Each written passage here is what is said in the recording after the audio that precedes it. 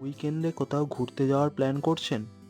আপনার জন্য অন্যতম সেরা গন্তব্য হতে পারে লালমাটির বাঁকুড়া এবং মন্দির শহর বিষ্ণুপুর।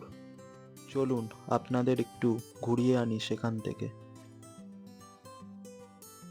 অল্প অল্প শীত পড়তেই মনটা কেমন ঘুরতে যাওয়ার বায়না ধরেছিল। ভাবছিলাম কোথায় যাওয়া যায়। বন্ধুদের ব্যাপারটা বলতে তারাও এক কথায় রাজি হয়ে গেল, শুভস্য শীঘ্রম। তাই আর দেরি না করে বেরিয়ে পড়লাম লালমাটির দেশে। 3টি বাইকে 5জন বন্ধু। কংক্রিটের জঙ্গলকে দুদিনের জন্য গুড বাই জানিয়ে আমরা প্রবেশ করলাম নির্মল প্রকৃতির মধ্যে। জয়পুর জঙ্গলের শাল, পলাশ, নিম, মহুয়া গাছগুলি যেন আমাদের কয়েকদিন ধরেই আহ্বান করছিল। সেই আহ্বানে সাড়া দিয়ে মাঠ ভর্তি সোনার ফসল দেখতে দেখতে রাস্তার ধারে তৈরি হওয়া খেজুরে গুড়ের মিষ্টি গন্ধ গায়ে মেখে পৌঁছে গেলাম জয়পুর জঙ্গলে। প্রথম দেখাতেই মন ভরে গেল। গভীর জঙ্গলের মধ্যে ঝাঁ চকচকে রাস্তার মধ্যে দিয়ে জয়পুর আমাদের স্বাগত জানালো। ভাগ্যদেবতা প্রসন্ন হলে এই পথে হরিণ বা হাতির দেখা পেতে পারেন, যদিও আমাদের ভাগ্য এতটাও ভালো ছিল না।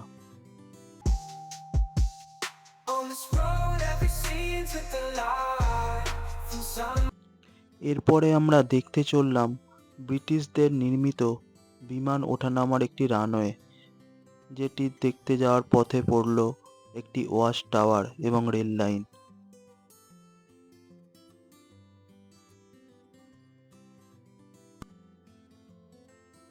লাল মাটির জন্য বিখ্যাত বাঁকুড়া আধুনিকতার ছোঁয়ায় তার লাল মাটির ঐতিহ্য অনেকটাই হারিয়ে ফেলেছে। বেশিরভাগ রাস্তাই এখন কালো পিচের তৈরি, তবে কিছু কিছু রাস্তায় এখনও লাল মাটির অস্তিত্ব বজায় রয়েছে।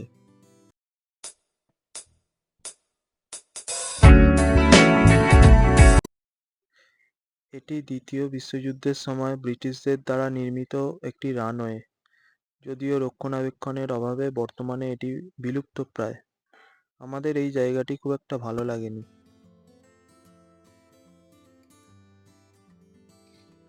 এরপরে আমরা রওনা দিলাম 10 কিলোমিটার দূরে অবস্থিত মন্দির শহর বিষ্ণুপুরের উদ্দেশ্যে।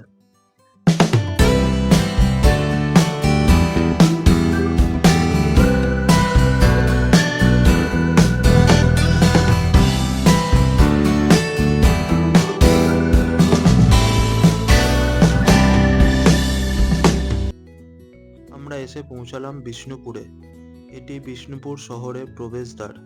আনুমানিক প্রায় 400 বছর আগে মল্ল রাজাদের তৈরি টেরাকোটার নিপুণ কারুকার্যে নির্মিত অসংখ্য মন্দিরের শহর এই বিষ্ণুপুর।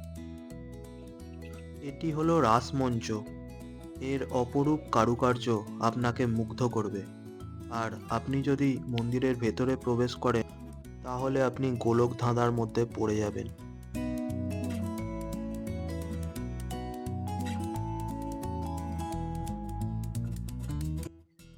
এরপর আমরা একে একে দেখে নিলাম জোড়বাংলা মন্দির, মদনমোহন মন্দির, শ্যামরাই মন্দির, ছিন্নমস্তা মন্দির, এছাড়াও আরও অনেক মন্দির।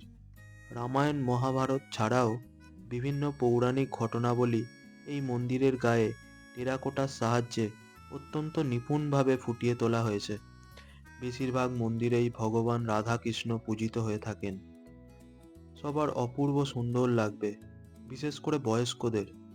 সব মিলিয়ে একদিনের বেড়ানোর জন্য বাঁকুড়া বিষ্ণুপুর যথেষ্ট সুন্দর জায়গা।